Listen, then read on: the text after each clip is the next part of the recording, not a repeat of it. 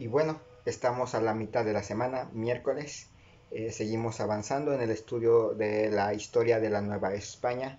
Espero que Dios te esté cuidando, te esté protegiendo, tú estés obedeciendo las normas y sobre todo que Dios esté también bendiciendo a tus papás.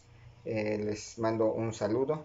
Espero que ellos estén bien y pues orando por ellos también para que puedan eh, pasar por esta situación y tener confianza en que Dios les va a sostener también a ellos.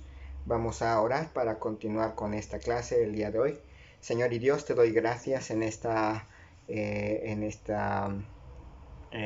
mañana por la vida que nos concedes. Te pido, Señor, tu bendición para mis alumnos, tu bendición para sus padres y para todos nosotros. Que tú, Señor, nos ayudes en estas circunstancias a confiar en ti, a poner la mirada en ti, sabiendo que la humanidad en realidad siempre ha sido desastrosa en sus acciones, decisiones y todo lo que hace, precisamente por causa del pecado. Ayúdanos, Señor, a depositar nuestra confianza plena en ti, que podamos recordar que en realidad el único confiable en este momento eres tú. Gracias, Señor, te doy por cada uno de mis alumnos, bendíceles, te pido tu bendición para sus padres, y te pido esto en el nombre de Cristo Jesús. Amén. Muy bien, hemos estado viendo las autoridades de la Nueva España, hemos visto al virrey, la audiencia real, hemos visto a los alcaldes mayores, que son las autoridades más importantes. Y hoy vamos a ver a dos autoridades importantes dentro de la sociedad novohispana, y esos eran los corregidores y los cabildos. Los corregidores eran como gobernadores locales que administraban ciudades y regiones del virreinato. Eran miembros de los cabildos de las ciudades que estaban bajo su administración y regulaban los gobiernos de las repúblicas de indios. Entonces, ahí estaban los corregidores. ¿Se acuerdan de un corregidor famoso? Sí, el esposo de doña Josefa Ortiz de Domínguez, Miguel Domínguez, él era un corregidor, es decir, era una de estas autoridades. Su esposa no tenía ninguna función, así que le llamamos la corregidora, pero en realidad no había ese puesto. Ella no tenía ningún cargo, ella simplemente era la esposa del corregidor Miguel Domínguez. Las responsabilidades de los corregidores eran tres. Primera responsabilidad de un corregidor: cobrar el tributo de las repúblicas de indios. Él se encargaba de ir a las repúblicas de indios, dirigirse a las autoridades de las repúblicas de indios para cobrarles el tributo, administrar el tributo y mandarlo a España. Él tenía que organizar el repartimiento para las obras del gobierno y de los vecinos. Es decir, el gobierno, si necesitaba trabajadores para arreglar un camino, para construir una iglesia o para construir un palacio, él se encargaba de organizar de ir a las autoridades indígenas y exigirles los trabajadores. Pero también si algún hacendado, algún minero, algún comerciante necesitaba trabajadores gratuitos, se dirigían al corregidor y el corregidor se dirigía a las autoridades de indios para poder exigirles trabajadores. La tercera función: ellos eran los jueces en los gobiernos locales. Antes de ir a la Real Audiencia, los que tenían un pleito en la localidad tenían que dirigirse al corregidor y el corregidor hacía la función de juez. Era un cargo designado por el rey, por lo cual los corregidores eran generalmente españoles. A veces, cuando un corregidor moría y no había y como no se iba a poder sustituir inmediatamente, provisionalmente los criollos podían estar en el cargo de corregidor hasta que llegaba la autoridad española que los iba a sustituir. Entonces, básicamente los corregidores eran como gobernadores locales que se encargaban finalmente de los cobros de tributos, organizar el gobierno, organizar los repartimientos y ser los jueces locales. La otra autoridad que estaba allí eran los cabildos. Los cabildos o ayuntamientos, hoy les reconocemos rápidamente más por ayuntamiento que por cabildo, pero a veces vas a oír que se reunió el cabildo de Jutepec o el cabildo de Cuernavaca. Y tú vas a decir, ¿esa es otra autoridad? No, es el ayuntamiento. Los cabildos o ayuntamientos eran cuerpos colegiados formados por los vecinos de las ciudades. No había presidentes municipales, no había propiamente alcaldes, pero sí había cabildos. Es decir, las ciudades y los pueblos elegían a las personas de mayor rango o de mayor dinero o con mayor educación para formar el gobierno de la ciudad. Se encargaban del gobierno de ciudades, de pueblos y de villas. Es decir, diríamos hoy ciudades, colonias y delegaciones o delegaciones y colonias. Entonces, más o menos así se organizaba el gobierno.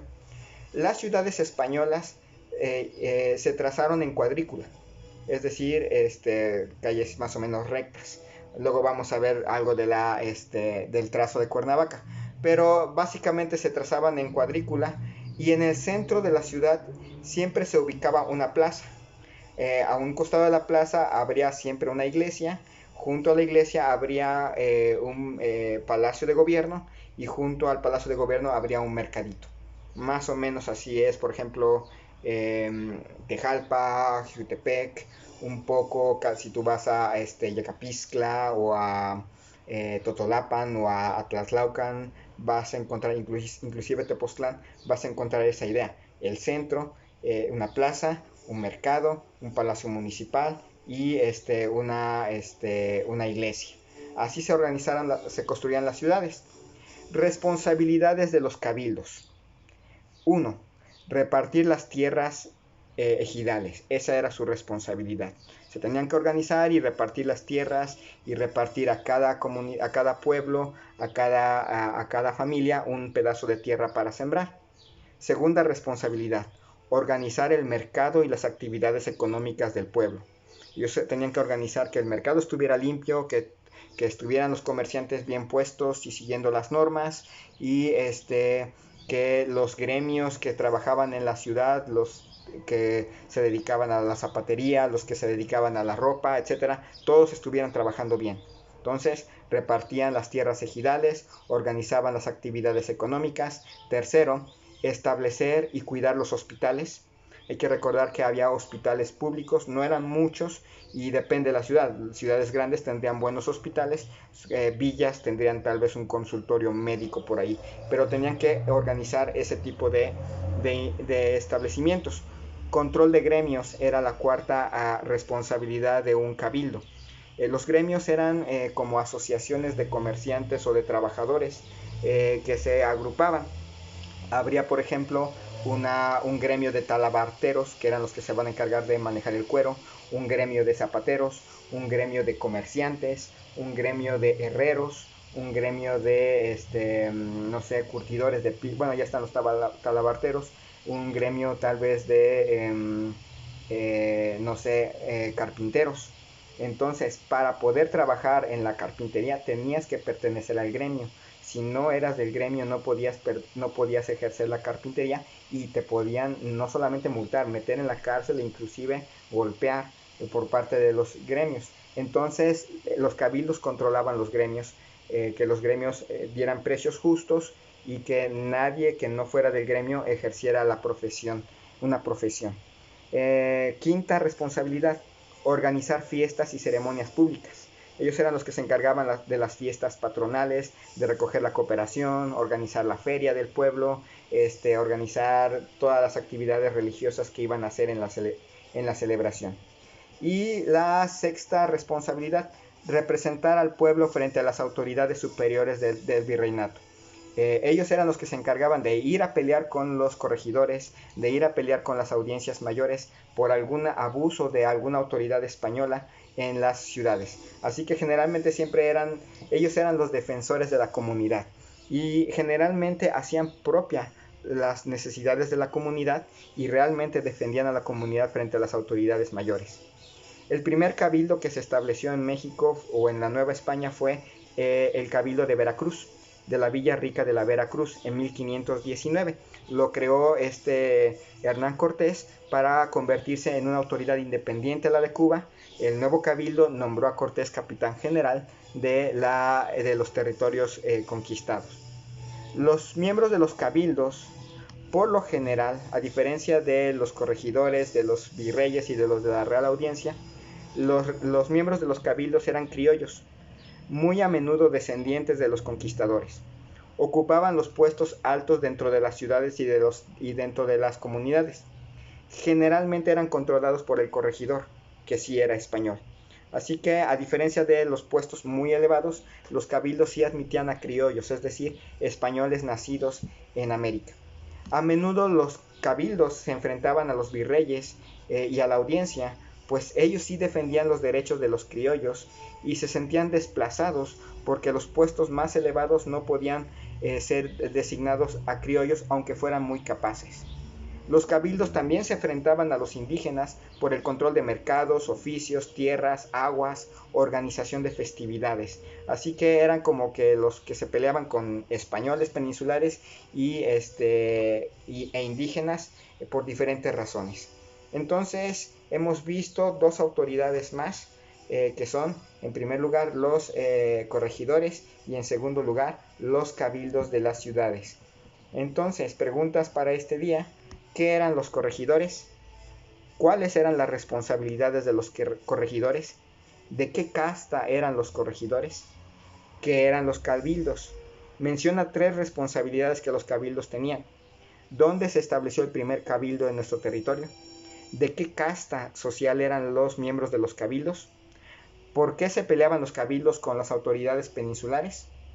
¿Y por qué se peleaban los cabildos con las repúblicas de indios? Acuérdate, con los indios se peleaban por el control de mercados, los oficios, las tierras, las aguas y la organización de festividades. Con esto hemos terminado la clase del día de hoy, miércoles.